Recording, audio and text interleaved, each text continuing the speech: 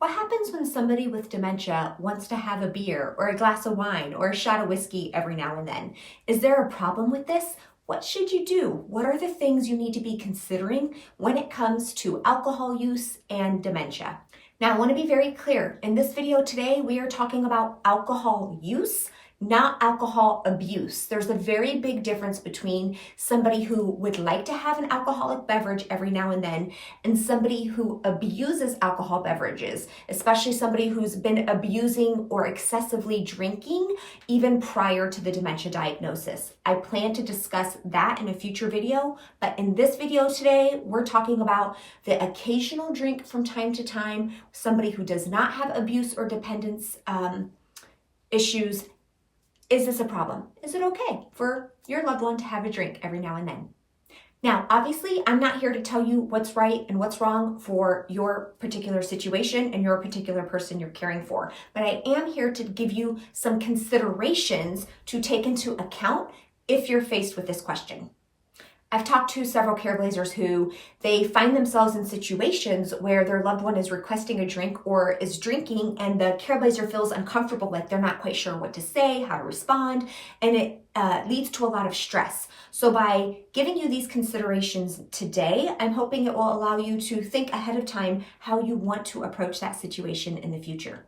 And Careblazer, make sure you watch till the end of the video where I share the two most important pieces of information whenever we're talking about alcohol and dementia and whether or not you should help your loved one partake or whether you should try to avoid it at all costs. So you're not going to want to miss that. Okay, before I jump into the 4 things to consider for your loved one who might want to be consuming alcohol, I want to share with you, I have a free behavior class coming up. It is on how to successfully manage any challenging, difficult dementia behavior. You can save your free spot in the registration link below this video. I hope to see you there. Okay, number 1, let's just get the foundation groundwork out of the way. Does your loved one have any particular medical conditions, or is there a serious concern for your person with dementia to have an alcoholic beverage? These are questions to ask your loved one's medical provider. Has the medical provider said it's extremely important that they do not take any alcoholic beverages on this medication? Or this is the limit, like this is the limit of alcoholic beverage this person should have given their medical conditions and the medications that they're on. Do you know the answer to those questions? This is something to bring up with their primary health provider. Knowing these precautions in light of their medical conditions is going to help guide you as I share the next 3 points to consider. Number 2, I don't think something that's considered very often is, why does your loved one want a beverage, an alcoholic beverage? What do you think the reasoning is behind that? Is it because you're in a social function, the whole family's gathering around and everybody seems to have a drink in their hand, so your loved one might want to fit in and not be different? In that case, it might be a matter of giving them a non-alcoholic beer, a cocktail-looking glass with just virgin ingredients in it. It might be that they're meeting up with old friends and old buddies and they're reminiscing on memories. And so he just wants to drink what his buddies are drinking. In that case, is that okay that he's just going to partake in the same beverage that everybody else is going to? Is it because your person with dementia feels really nervous around big crowds or unusual situations? And so the beverage kind of helps calm them down or put them at ease? Knowing the reasoning behind why they want their drink can help you decide whether this is something you really want to worry about, whether this is something you want to try to redirect them to another beverage or offer another beverage, or if it's something that actually kind of seems okay. Okay, the 3rd tip, this is really important. How does your person with dementia respond to the alcohol? Sometimes people with dementia, when they have alcohol, they can get increasingly more confused. They can become increasingly more agitated. Have you noticed any significant behavior or cognitive changes in your person with dementia when they have a beverage?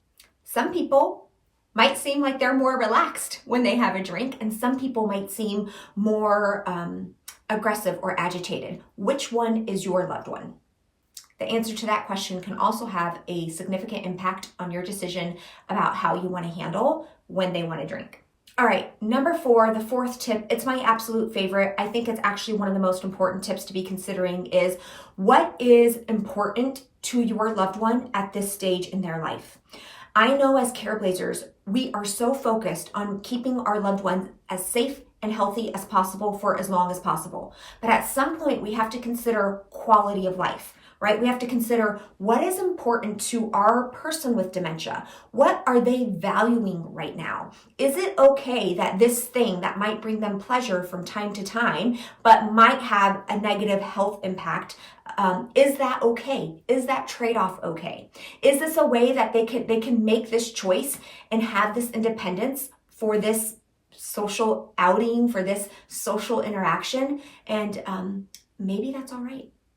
A lot of people, especially as they start to near towards the end of life, they really start to value the quality of their life versus the quantity of their life and making sure they're doing everything possible to try to live as many days as possible.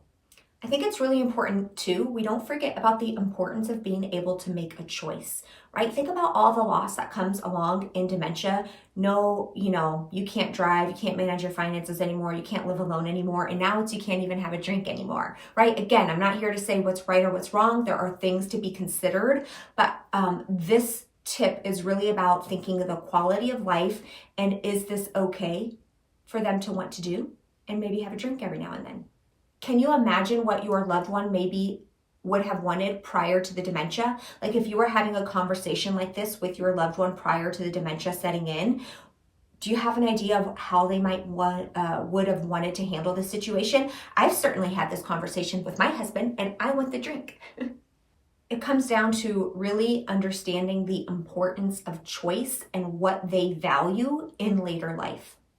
All right, 2 really big important pieces of information about this whole topic. Number 1, we don't always have control over the situation. If your person with dementia is physically able to get up and go to the fridge or to have somebody purchase alcohol for them or to get into a taxi or an Uber and a Lyft and be taken to a store to go get alcohol for them, you're limited in what control you have. A lot of times I hear the question, should I let my loved one drink? And it's like, well, actually, how much control do you have over them? Like being able to stop that. While there are obviously things you can do to reduce how often something like that happens, reduce their access to something like that, you're probably not going to be successful 100% of the time if they really want to get something and they have the means to get it. It's really not that different than somebody wanting an extra piece of cake or somebody wanting to watch a certain TV program that always upsets them. How successful have you been in just telling them no? Most of the time, when we tell anybody no, regardless of dementia, it can make that other person argumentative and defensive. It's usually not a successful approach. We tend to have more success when we plan ahead. And put some barriers in place, like for alcohol, maybe not storing alcohol in the house, maybe not having, the bar cart with all the bottles on it. You could also avoid eating places or eating at times when alcohol is more likely to be served, or avoiding restaurants where alcohol is served. There's a lot of different ways like this where you can set the situation up for success. So think about the situation you're going into and think about what are some of the ways you can set up barriers between your loved one and the alcohol. All right, important tip number 2, you're going to be judged for whatever decision you make, right? Seems like everybody has an opinion and it's not always in agreement with what you decide. That's why it's important to think through the considerations, know the specific medical conditions, know what your loved one values, what you value, what you think is more important in terms of how to live life at this stage of the game, and just be confident in that, because whether you support your loved one having a drink every now and then, or whether you never want them to have a drink every now and then, you know your reasons for doing it, and that's okay. Not everybody has to agree with it, right?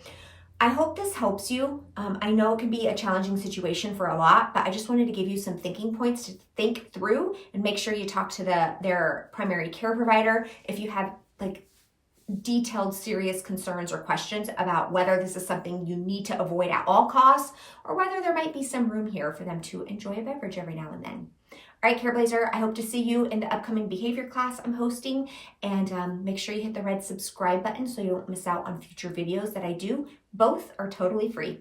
All right, bye.